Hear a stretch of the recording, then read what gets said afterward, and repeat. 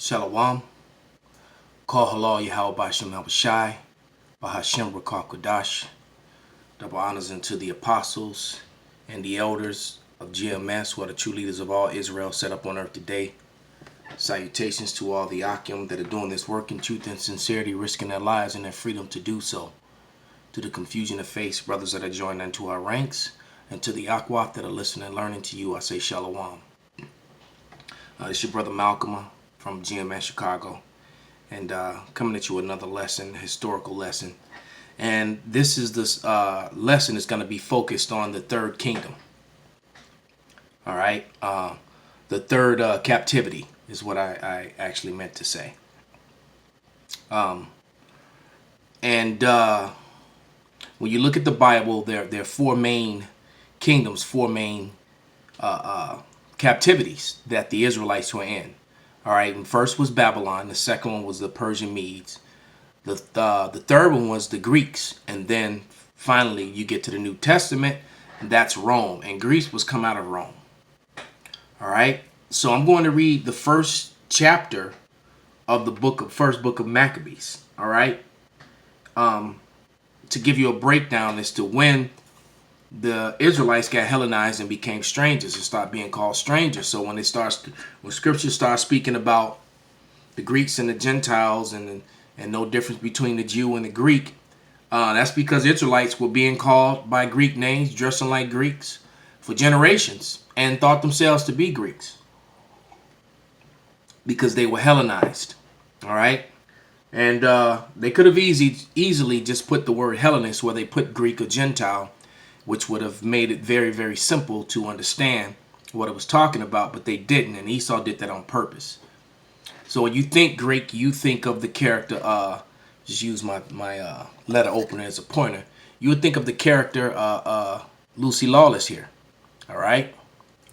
No, the Greeks were talking about like this Jake here, this Jake woman here, this Jake here in the background. And in this show, and this other Jake that's up here in the corner. Okay? Now, when this show comes on television, it'll clearly tell you that this was and you know, in the first season especially, I don't remember if this was the second season, because it's profiling the character of Gannicus, who should have been a man of color. All right?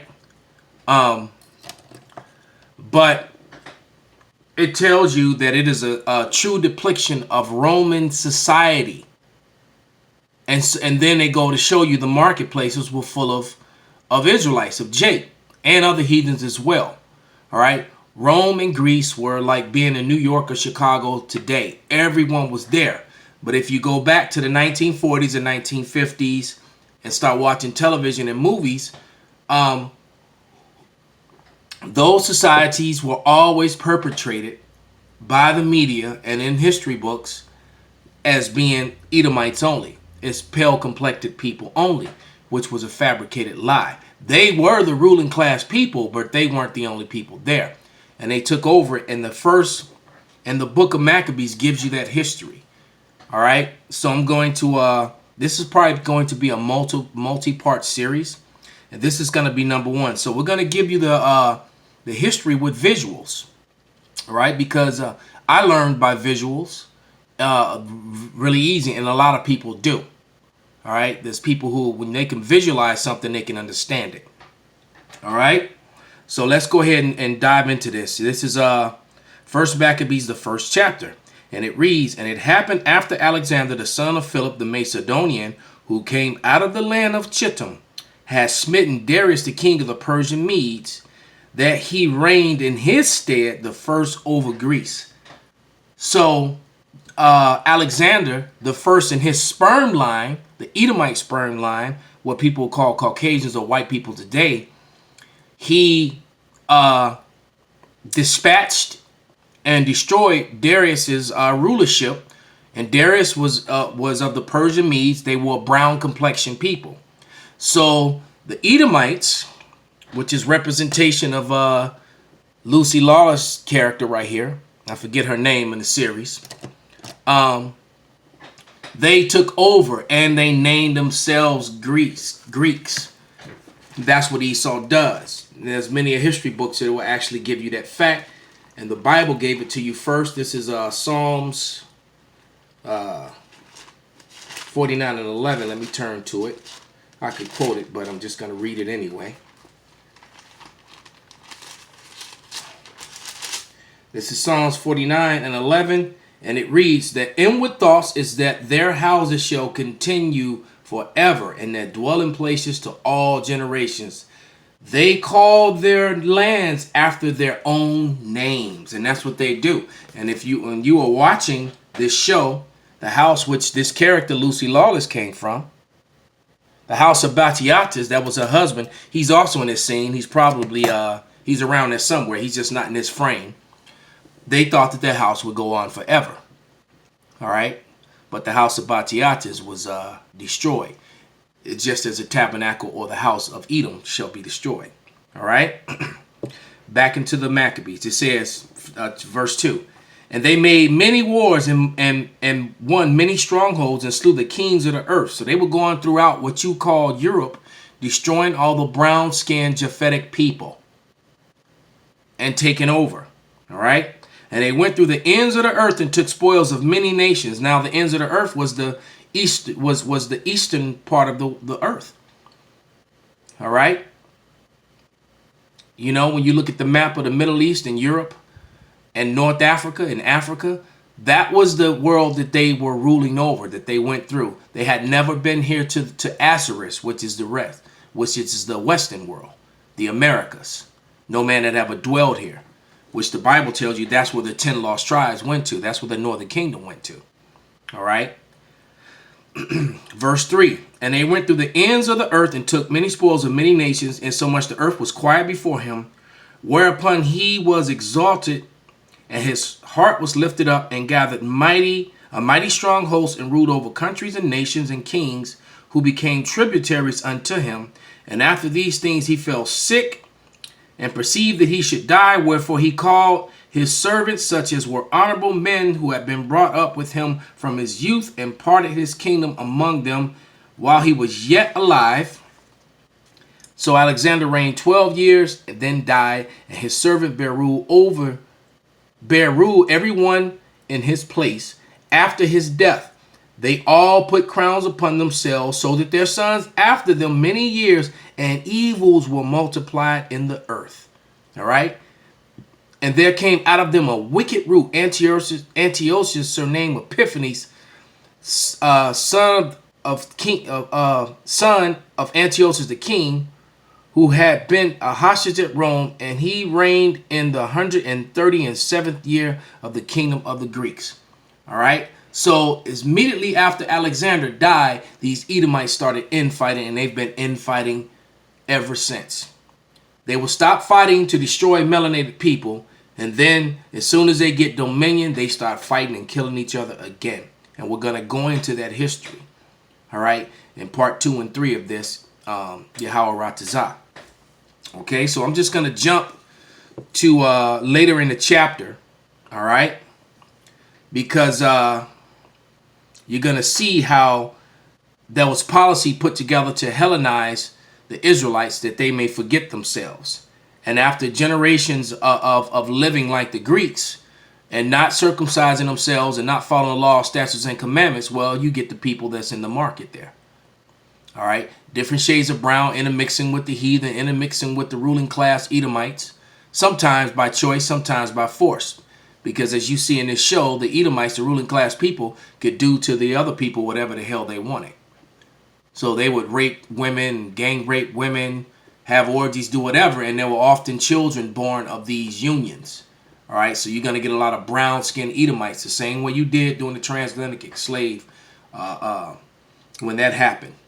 Like you get these black-only Israelites that don't want to acknowledge that there are lots of dark brown people who have Edomite fathers. As a matter of fact, some of the BOIs may be of Edomite descent themselves. That's why they believe not the gospel.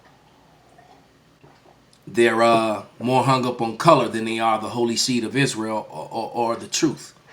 All right? When the Bible clearly tells you that if you come out of the loins of an Israelite, doesn't matter what your mother is. It tells you that over and over again. But yet they refuse to acknowledge that biblical fact. Okay? But let's jump back into the Maccabees. I'm going to start at verse 38, and it says, "Insomuch the inhabitants of Jerusalem fled of them, whereupon the city was made a habitation of strangers, and became strange to those that were born in her, and her own children left her." So that's Isaiah 56:6. We became strangers. Okay? It says, "Her sanctuary was laid waste like a wilderness. Her feasts were turned into mourning, her Sabbaths in reproach, her honor in contempt. As had been her glory, so her dishonor increased, and her excellency turned into mourning. Moreover, King Antiochus wrote to the whole kingdom that all should be one people." Same thing they're trying to do today. That's your democracy, your new world order. All right? And democracy, by the way, is breaks down to democracy. Demo meaning demon, and crazy meaning rule. Rule of the demons. Okay? "And every one should leave his laws. So all the heathen agreed according to the commandment of the king. Yea, many of the Israelites consented to his religion and sacrificed unto idols and profaned the Sabbath. For the king has sent letters by messengers unto Jerusalem, all the cities of Judah, that should follow the strange laws of the land and forbid burnt offerings and sacrifice and drink offerings in the temple, and that they should profane the Sabbaths and festival days and pollute the sanctuary and the holy people. They set up altars and groves and chapels and idols and sacrificed swine's flesh and unclean beasts, though they should leave their children uncircumcised and make their souls abominable with all manner of uncleanness and profanation, to the end that they may forget the law and change all the ordinances." All right? So after living for generation after generation this way, this is who the Paul was sanctioned to go to. These lost children who have forgot their way. All right? Peter and the 12 was sanctioned to go to the ones who kept the customs and knew. And Paul's orders were to go to the scattered sheep who knew not who they were. That's why when you read in Acts, the second chapter, when it says they were Jews dwelling at Jerusalem, and then it named, around the 9th chapter, it names all these different lands and places where they were coming from. All right?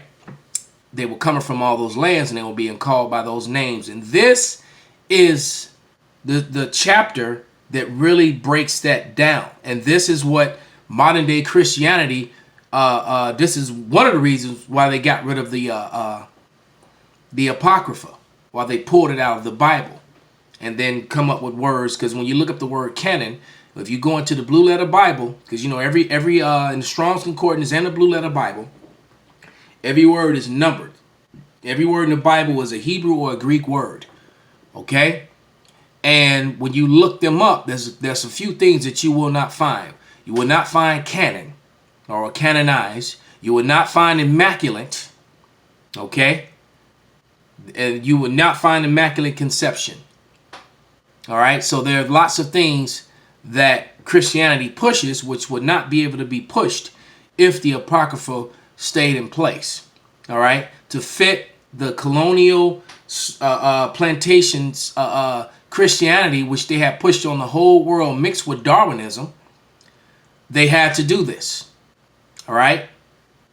All right, because you better believe Darwinism is deeply rooted in the Bible. That's where you get your Ham, Shem, and Japheth. Is basically what the Edomites did was they matched that up with Negroid, Caucasoid, and Mongoloid. And these are one of the reasons why people get so confused about history. So with that, I didn't want to make this lesson too long because the next one's probably going to be a little bit longer. But I just wanted to give, you new listeners an understanding. All right, so that you kind of know what's going on. All right, so you can get a grip at what was happening scripturally. Apostle Gabar said you need to visualize the scriptures. You have to see it. And this was a gladiator fight which is about to happen. And the challenge was for him to be blindfolded to fight this other guy.